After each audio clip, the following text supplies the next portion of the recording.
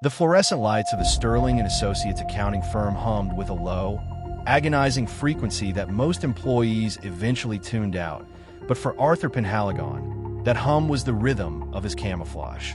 To his colleagues, Arthur was the human equivalent of beige wallpaper, a man who wore the same charcoal suit 3 days a week, packed a ham and cheese sandwich for lunch every day at 12:15 p.m., and never stayed a minute past 5 p.m.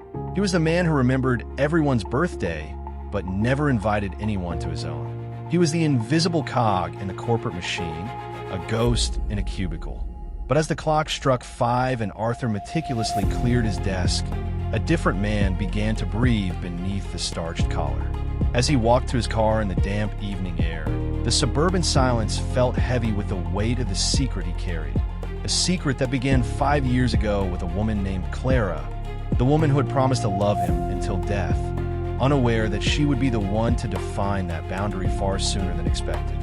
Clara had been the first, and in many ways, she was the blueprint. They had been married for 3 years, a period Arthur remembered not with affection, but with a clinical sense of irritation.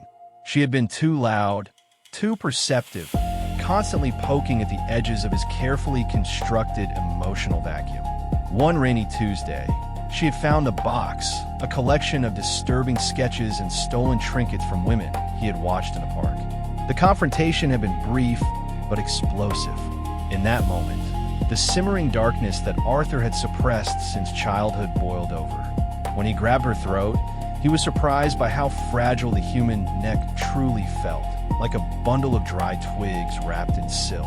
After the life left her eyes, Arthur didn't feel remorse. Instead, he felt a profound sense of ownership. For the first time, Clara was truly his, silent and compliant. He exploited her stillness, treating her body not as a person, but as a canvas for his increasing hunger. When the sun began to peek through the basement windows, he realized he needed a disposal method that would erase her from existence. He threw her mutilated body into the Oakhaven River. With Clara gone, the dam had broken.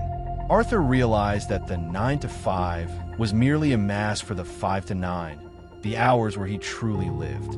He developed a singular, lethal pattern. He began frequenting upscale bars and using dating apps, crafting a persona that was the perfect bait, a lonely, successful widower looking for a second chance at love.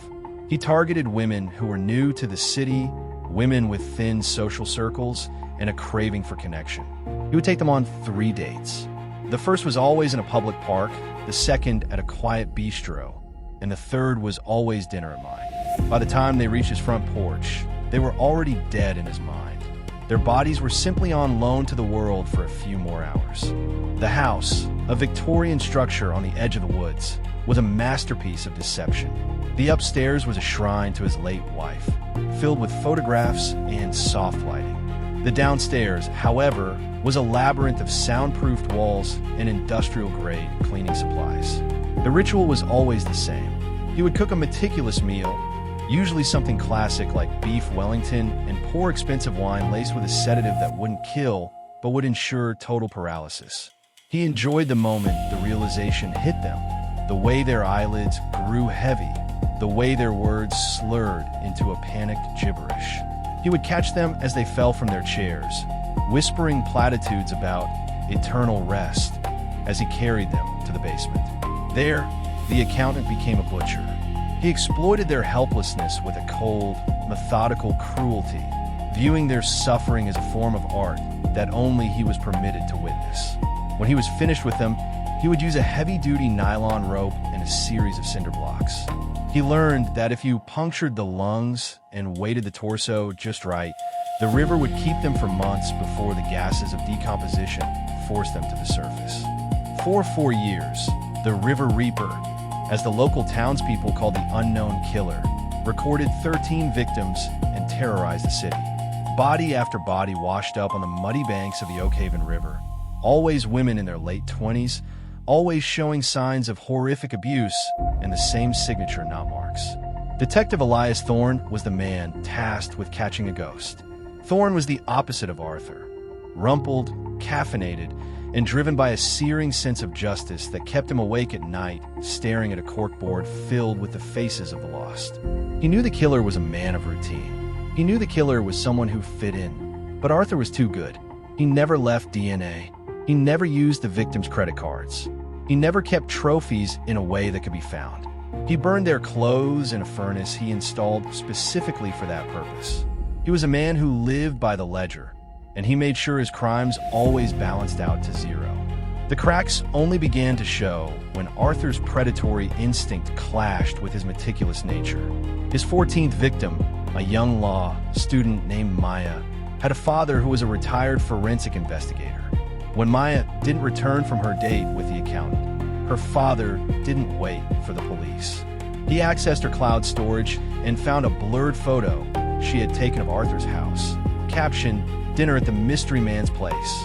It wasn't enough for an arrest, but it was enough for Thorne to start pulling on the thread. Thorne began looking into quiet widowers in the area and found Arthur's report of Clara's disappearance.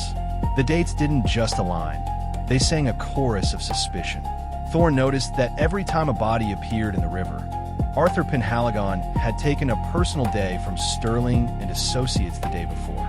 The end came on a Tuesday, the same day of the week Clara had died. Arthur was in the middle of his ritual with a woman named Sarah. He was in the basement, the air thick with the smell of copper and bleach, when the front door was kicked in. He didn't panic. He stood up, wiped his hands on a pristine white towel, and waited. When Thorne descended the stairs, gun drawn, he found a man who looked like he was simply finishing a late-night project. The basement was a gallery of horrors that would haunt Thorne for the rest of his life. The tools, the surgical table, and a partially submerged Sarah, who was miraculously still breathing. Arthur looked at the detective and said only one thing. "I suppose my accounts are finally being audited." The trial was a media circus. Arthur refused to show remorse, speaking of his victims as if they were inventory he had managed.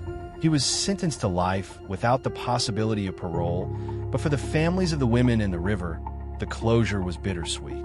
The quiet accountant had proven that the most dangerous monsters aren't the ones screaming in the dark, but the ones sitting in the cubicle next to you, checking their watch and waiting for the clock to strike 5.